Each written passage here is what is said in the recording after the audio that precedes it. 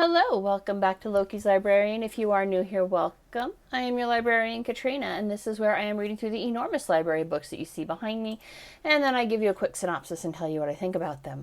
So if you like books, just aren't sure what to read next, hit that subscribe button, like and share my videos, and let me know what you think in the comments. It is the last Sunday of the month, which means it is time for the next president, making this week's book of the week William McKinley and His America by H. Wayne Morgan. And the accompanying cocktail is called McKinley's Delight. It was actually, I found it on, I think it was liqueur.com, but I will certainly share the link like I always do. I feel like it was actually created for him, so that's kind of cool. It is 2 ounces of rye whiskey, 1 ounce of sweet vermouth, a teaspoon of cherry liqueur, a dash of absinthe, and a lemon twist to garnish. So let's do this. William McKinley was born January 29, 1843 in Niles, Ohio, to William McKinley Sr. and Nancy McKinley. He was the 7th of 9 children, and his mother had high hopes that he would become a minister in the church, so much so that when he actually won the presidency, and his mother was alive, she lived to see him inaugurated. She was like in her late 80s or something at that point. But as they're getting off the train to go to the hotel they're going to stay in the night before the inauguration, she was overheard saying something about how he, could have been a bishop, and her youngest son, or his younger brother something, was like, but mother, he's president. Don't you see this is better than being bishop? So I guess just goes to show that no matter what you do with your life, you will probably disappoint your mother. Anyways, William himself never had any church aspirations, quite clearly, since he went on to become president. He was a good student, but not particularly diligent, and didn't really have any college aspirations because money was tight, all right? 9 children, that's a lot of kids, and the Civil War broke out right when he turned 18, so he immediately enlisted in the Ohio Volunteer Regiment with his cousin. He handled himself quite well on the field of battle. He earned a couple of commendations for bravery. There's one story where, essentially, and I don't remember which battle, although it is in the book, the troops had not had anything to eat for 24 hours, so he commandeered a supply wagon and drove it down to the front lines for his men to eat, and that got him a commendation for bravery because he wasn't armed. He just took the wagon and went out and fed the men, and had the foresight to have everything already prepped. So it's like they needed to cook anything. He just pulled up, threw out some coffee and hardtack, and then rode away. And that was gave them the strength they needed to keep fighting. So that was kind of brave of him. He was promoted through the ranks, eventually ended as a brevet major when the war was over. And for the rest of his life, he was called Major by basically everybody who knew him. They called him Major. When asked later in life how he should be addressed by somebody who had served with him in the military, he said, hey, gosh, I've known you as a soldier, I've known you as a congressman, governor, now you're president, how should I address you? And he responded, call me Major, I earned that. I'm not so sure about the rest, which is pretty humble, actually. One could certainly argue that you earned congressman and president, but he liked his ties to the military and was very proud of the service that he did the country. Fought on the side of the Union. Being from Ohio, that could have been up in the air, but he definitely fought on the side of the Union. He fought under Rutherford B. Hayes, actually. Hayes was kind of his mentor pretty much throughout his whole political career. Hayes mentored him. Let's see, following the Civil War, he entered law as a profession. He studied for 1 year at the Albany Law School in New York before passing the bar in Ohio, and set up shop in Canton, Ohio, with lawyer and former judge George Belden, who actually approached McKinley to work as partners. I think the judge tricked him into taking one of the judge's cases to see how he'd do, and then once he won his case, actually I don't think he did win, but I don't think that his winning was contingent on the judge offering him a partnership. The judge wanted to see how he would handle the pressure of having this case handed to him right before it had to go to trial, basically. Teaspoon. This is a stirred cocktail, so there's that. So, January 25th, 1871, he married heiress Ida Saxton, and they had 2 children, both of whom died in childhood, which had its impact on both of them, but on Ida especially. She essentially was ill for the rest of her life after that. She never quite recovered from the tragedy of her 2 children's death. And she was prone to nervous fainting, hysterical spells. There's also some indication that she may have had seizures, epilepsy maybe. although it's not real clear if she had those prior to her children passing or she developed them later in life as a result of this nervous condition. Regardless, McKinley loved his wife, and he was deeply devoted to her well-being and happiness. I mean, he always took time out of his day to check in on her, to make sure she was doing okay, and would wave at her when he walked past their house. All right, just a splash, because I really don't like absinthe. So, he practiced law for about 6 years in Ohio before being elected to Congress, where he would serve from 1877 to 1891. 93. No, it was 91. He was well known as being conscientious and peaceful. I mean, he rarely got into altercations with anybody, although he could certainly be very pointed when he needed to be. He got along well with everybody. He was just a very likable man. Everybody that he met enjoyed working with him across both sides of the aisle. I mean, Democrats and Republicans got along quite well with him. And while serving in Congress, he earned a reputation as a protectionist. He argued adeptly for high tariff bills that would protect the financial interests of American industry. And he straddled the line between those who backed the gold standard and those who wanted to promote a silver standard by kind of pushing for bimetallism, which is where both gold and silver are used as currency at a fixed ratio to each other.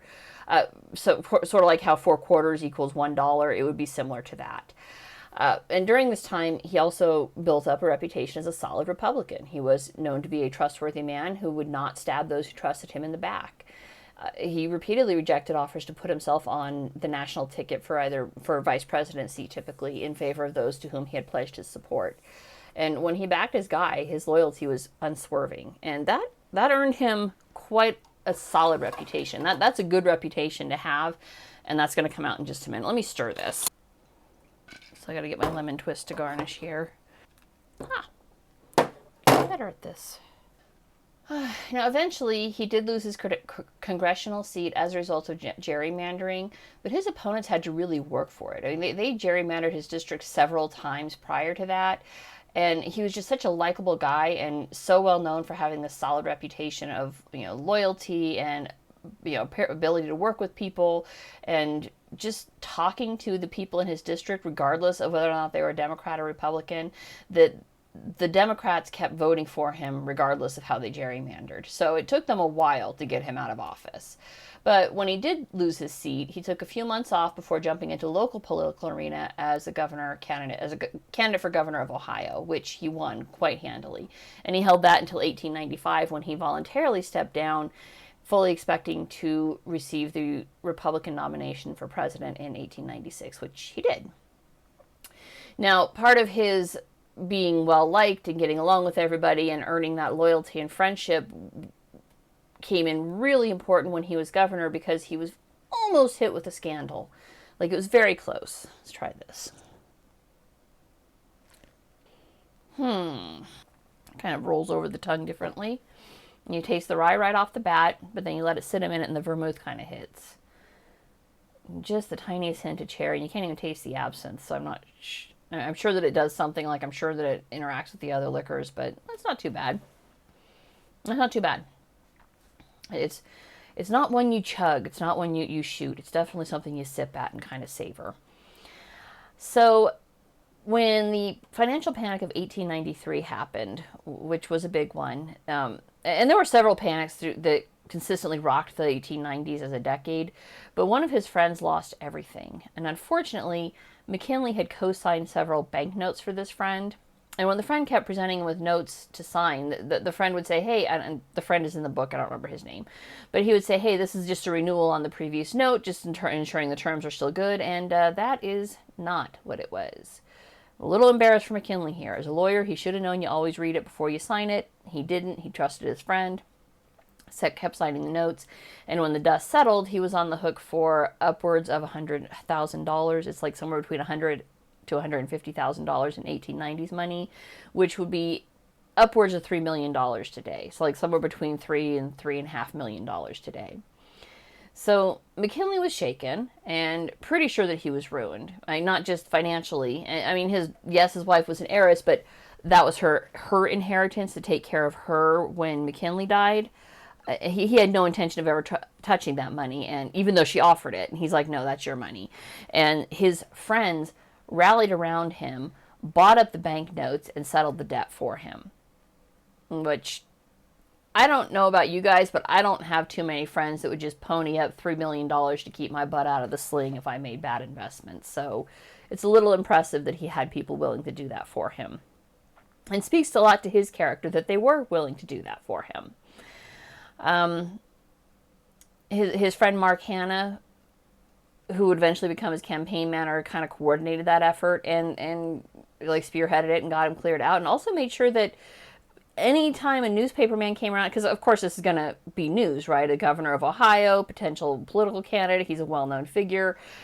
They're like, oh, whoa, how'd you get swept in the panic? Well, all the stories that came out basically just made him more relatable to the common man because, hey, he's losing his shirt too, or, almost did, except that friends stepped in and helped him. No government bailouts for McKinley. This was all friends helping, so. And McKinley was such an adept politician that he stumped for every candidate from 1880 through 1894. National, local, didn't matter. He enjoyed traveling. He enjoyed going out and speaking to people and doing political rallies. And that got his name out there. And as early as 1894, 1895, he was positioning himself to be the Republican candidate because he started campaigning outside of Ohio. Not campaigning officially, but just going to political rallies in other states, again, getting his name out there and well known. And it worked so well that from when he was nominated in 1896, he didn't have to leave his house. I mean, he literally ran a front porch campaign where people would come from hundreds of miles around to stand in his yard and listen to him talk. And he would just talk from his porch. Mark Hanna went out and did the actual campaigning on the road. Everybody else came to McKinley. And he won quite handily, despite some pushback from the Silverites, who still wanted that free silver coinage, and ran such a clean campaign that his opponent, William Jennings Bryan, congratulated him in person and offered no hard feelings, which I don't think that had actually been done, where they're like, hey, good game, shake hands and everything. The only time I've actually read that mentioned in a book was when John Quincy Adams, when he won and Andrew Jackson came into the White House and shook his hand and said congratulations. It's just not mentioned in any of the other books that I've read how the losing candidate handled it. And his goodwill towards man kind of continued once he was in the White House, so much so that at least one journalist compared his presidency to James Monroe and the era of good feeling. I have to close my blinds. And his goodwill towards man continued once he was in the White House. It wasn't just a game to get him into the White House. He genuinely liked people, and he welcomed everybody to come visit him. So he welcomed Democrat, Republican, didn't matter. You were welcome to come in. He treated everybody with equal courtesy. And the only people who might receive a chilly reception were favor seekers. Like, if you wanted to come in and shake his hand and have a quick word, talk about the weather, talk about the crops, whatever, he was cool. If you wanted to come in and talk to him about, hey, can you get me a job? I mean, he wasn't rude, but there would be a definite chill in the room. He just was real good at shutting that down and changing the topic, and was less gracious if you were looking for something from him. He quickly had his cabinet in place and did what most presidents have a hard time doing, which is delegating the work thoroughly. And even better, he never second-guessed his cabinet members' decisions. So they would set their course, and he'd talk about it with them, but once it was decided, he basically backed his people's play. He's like, okay, that's how you want to handle it, let's do it. And he might have input, and his input certainly carried weight. Like, if he had something that he wanted handled in a specific way, he would say, let's do it this way, and his people would make sure it got done that way. And there was never any contest there. The two people who were in his cabinet that were mismatches and not good at the job was his Secretary of State Sherman, was it William Sherman? John Sherman, excuse me, and his Secretary of War Russell Alger. Those were the two odd men out who were not exceptional at their jobs, and they both eventually left. So for his presidency, there were two really key issues that came into play and were kind of the defining elements. First off was the issue of metal, the gold or the silver. How are we going to back this? And the second one was Cuba. So the currency issue was ultimately settled by other governments, namely European countries that had been flirting with the bimetallism, but they ultimately decided to go on a full gold standard, and this in turn forced the American Congress to put forth a gold standard bill that was promptly signed by McKinley. Now the next one was Cuba. Now, Cuba wanted independence, and ultimately this did lead to the Spanish-American War, due largely to reports that Spain was treating the citizens of Cuba just abysmally. And not just propagandistic reports. Spain had implemented concentration camps, women and children were starving, and there was genuine rebellion going on in Cuba. And Spain promised to lighten the penalties for the rebels, but they never did, and in return the rebels started rioting. And when that happened, McKinley sent the USS Maine as basically a peacekeeping force, and Maine had barely arrived and sunk anchor when it was sunk itself on February 15th, 1898. Now, Spain offered to conduct a joint investigation with the United States, but McKinley declined that offer and conducted its own investigation. And to nobody is surprised, at least not 100 years later, Spain determined the explosion that sunk the Maine was an accident, and the United States determined that it was sabotage. And war was declared, and much fighting was done. Now, the Spanish-American War was supposed to be over Cuba. However, McKinley took the long-standing Monroe Doctrine seriously, or at least his Secretary of War Russell Alger did, and there was fighting in Cuba and the Philippines. Now, those two locations are nowhere near each other. They're not even in the same ocean.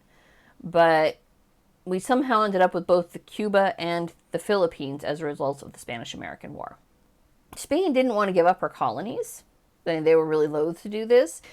McKinley, in addition to being a capable politician in his own right, had the knack of a good leader of putting that right person in the right job, except, of course, for Secretary of State John Sherman and Secretary of War Russell Alger. I think the two people who are most key to this thing, right? Now, his treaty team did not include Sherman, but it did include his Assistant Secretary of State, who would go on to become Sherman's replacement, William R. Day. Sherman, he was capable as Secretary of Treasury under Rutherford B. Hayes, and during his time as Senator had authored the Sherman-Silver Act, which we discussed during Grover Cleveland book. But by the time he made Secretary of State, he was basically just ready to retire, and he was kind of this cantankerous, grumpy old man. William Day, however, was a solid choice of replacement and served as McKinley's Secretary of State until McKinley's assassination.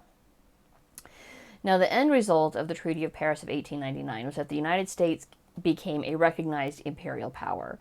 We purchased Cuba, Puerto Rico, Guam, and the Philippines from Spain for $20 million in that currency, which is approximately $731 million in modern currency. But the troubles were not over yet. Cuba wanted independence, but was happy for U.S. assistance on the road to independence. The Philippines categorically declined to become a U.S. colony and switched their hostilities from Spain to the United States like that. And they were like, no. It's cool if you want to, buy us and then give us freedom, but that's not what you're doing here, and we want no part of this. We're going to rebel.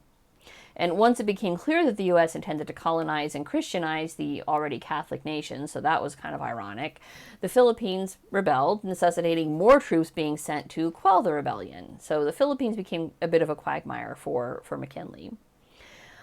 Ultimately, Alger was deemed incompetent but not corrupt and was asked to resign from the cabinet, and McKinley replaced him with Elihu Root. Root was a lawyer, had no experience in war at all, but McKinley determined that was exactly what was needed, and his gift for picking the right man was functioning again. So Root was exactly what was needed. He was able to quickly establish a working colonial government for the Philippines, which consisted of Judge William Howard Taft becoming governor of the Philippines. This, incidentally, was Taft's introduction to the stage of politics. Prior to that, he'd been a happy lawyer and a judge before being called to this federal service to act as the governor of the Philippines. So McKinley was kind of at this nexus point in history where he just launched a lot of great careers. And those were kind of the two overwhelming issues of the day. He had the currency, and the Cuba crisis. And those were both resolved in his first term. And it was like no surprise that he quite handily won a second term. And he had a couple other things. He had to work out a trade with China. He annexed Hawaii. He directed his ambassador to England to work on a treaty with Britain about building a canal across the isthmus in South America. But overall, his administration was basically free of scandal and any really major issues. And his renomination in 1900 was a foregone conclusion. The only difference being that his vice president for term 2 was Theodore Roosevelt. His first term VP was Garrett Hobart, and Hobart passed away on November 21st, 1899. Now, after his re-election and second swearing in, McKinley kind of took the summer off and toured the United States. He took his wife, he took some cabinet members, members of the press. His wife got sick. She nearly died because she got she had like a boil on her finger lance and it became infected. But she rallied and they returned to Ohio and they spent the summer basically in Ohio, visiting with friends and family, planning on how they were going to redecorate their house when his second term was up, because he categorically denied any interest in running for a third term. Like, made public statements, published in the press, "I'm not running a third term. I refuse two times and I'm out." After their idyllic summer in Canton, Ohio, McKinley traveled to Buffalo, New York for an exposition that was kind of celebrating the inventors in America. And on September 6, 1901, McKinley was shot by anarchist Leon Czolgosz. And McKinley's chief of staff, George Cortelyou, had been kind of worried about security, and McKinley was kind of waving him off, like, who would ever want to hurt me? I don't have any enemies. And he truly didn't. And Czolgosz picked him because he was the president. And Czolgosz was an anarchist. And as an anarchist, McKinley was the figurehead of the embodiment of evil, which is government. And so it was just that simple. I'm an anarchist, you represent the government, so I have to kill you. And Cortelyou's whole concern was that anarchists had been assassinating world leaders all over. I mean, we'd had assassinations in like Austria and Russia and I think England, but I'm not going to swear to that one. But like they just, the anarchists have been striking out in this way against figureheads of government all over. And so Cortelyou was concerned, and McKinley just didn't take that seriously because he hadn't had any real scandals to push it. Now, I mentioned, not mentioned in, like, none of that's mentioned in the book, right? Not about the I mean, just literally and I kind of respect that he's not giving the anarchist, the murderer, any real play. He's just saying point blank, he was an anarchist, he killed McKinley because McKinley was the head of government. And that's pretty much all he says. Doesn't give any more time to Leon Czolgosz, which is cool. I get it. I know a little bit more about it because when I read Michael Malice's book, The White Pill, the writings of Emma Goldman inspired Czolgosz's attack on McKinley. I didn't mention that during my review of Malice's book because I knew I was reading this book and I didn't know if it would be discussed. Since I hadn't read this one, I didn't know if Morgan would go into what exactly led up to McKinley's assassination. But it was the writings of Emma Goldman had inspired Czolgosz, and Goldman was actually briefly investigated and definitely made persona non grata in social circles. Ultimately, Czolgosz was executed by electrocution for the assassination on October 29th, 1901. And they did not fuck around back then. Execution was a speedy affair, especially for something so public like this. And he didn't run. He didn't even try to get away. He shot the president and then, stood there and waited for them to arrest him so he could make his political statement. So McKinley was shot on September 6th and died of a gangrenous infection as a result of the bullet wound on September 14th, 1901. And he was buried in Canton, Ohio, and Ida joined him in 1907, so she lived about 6 years more. I think that McKinley was as good a president as anyone could have hoped for.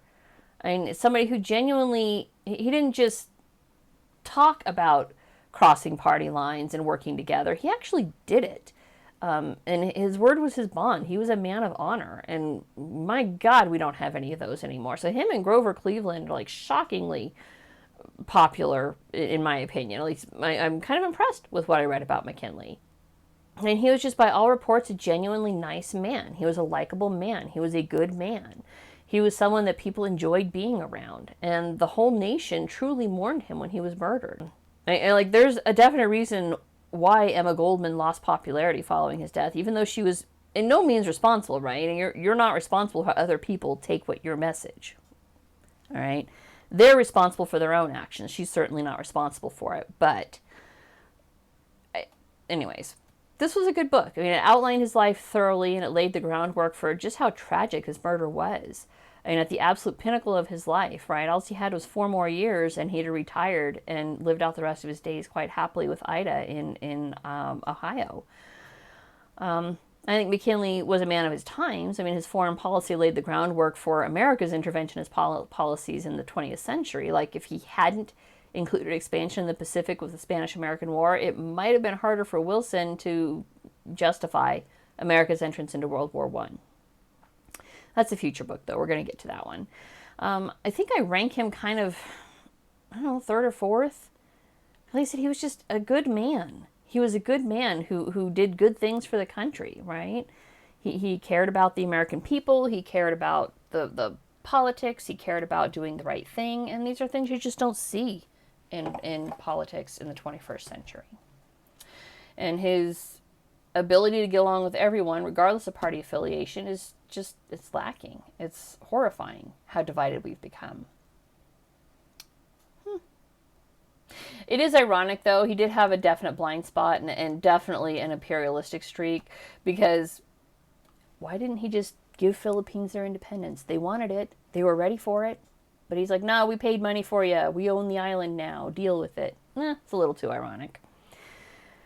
That's it for this week. If you liked what you saw, don't forget to subscribe, and I will see you guys next Sunday. Bye.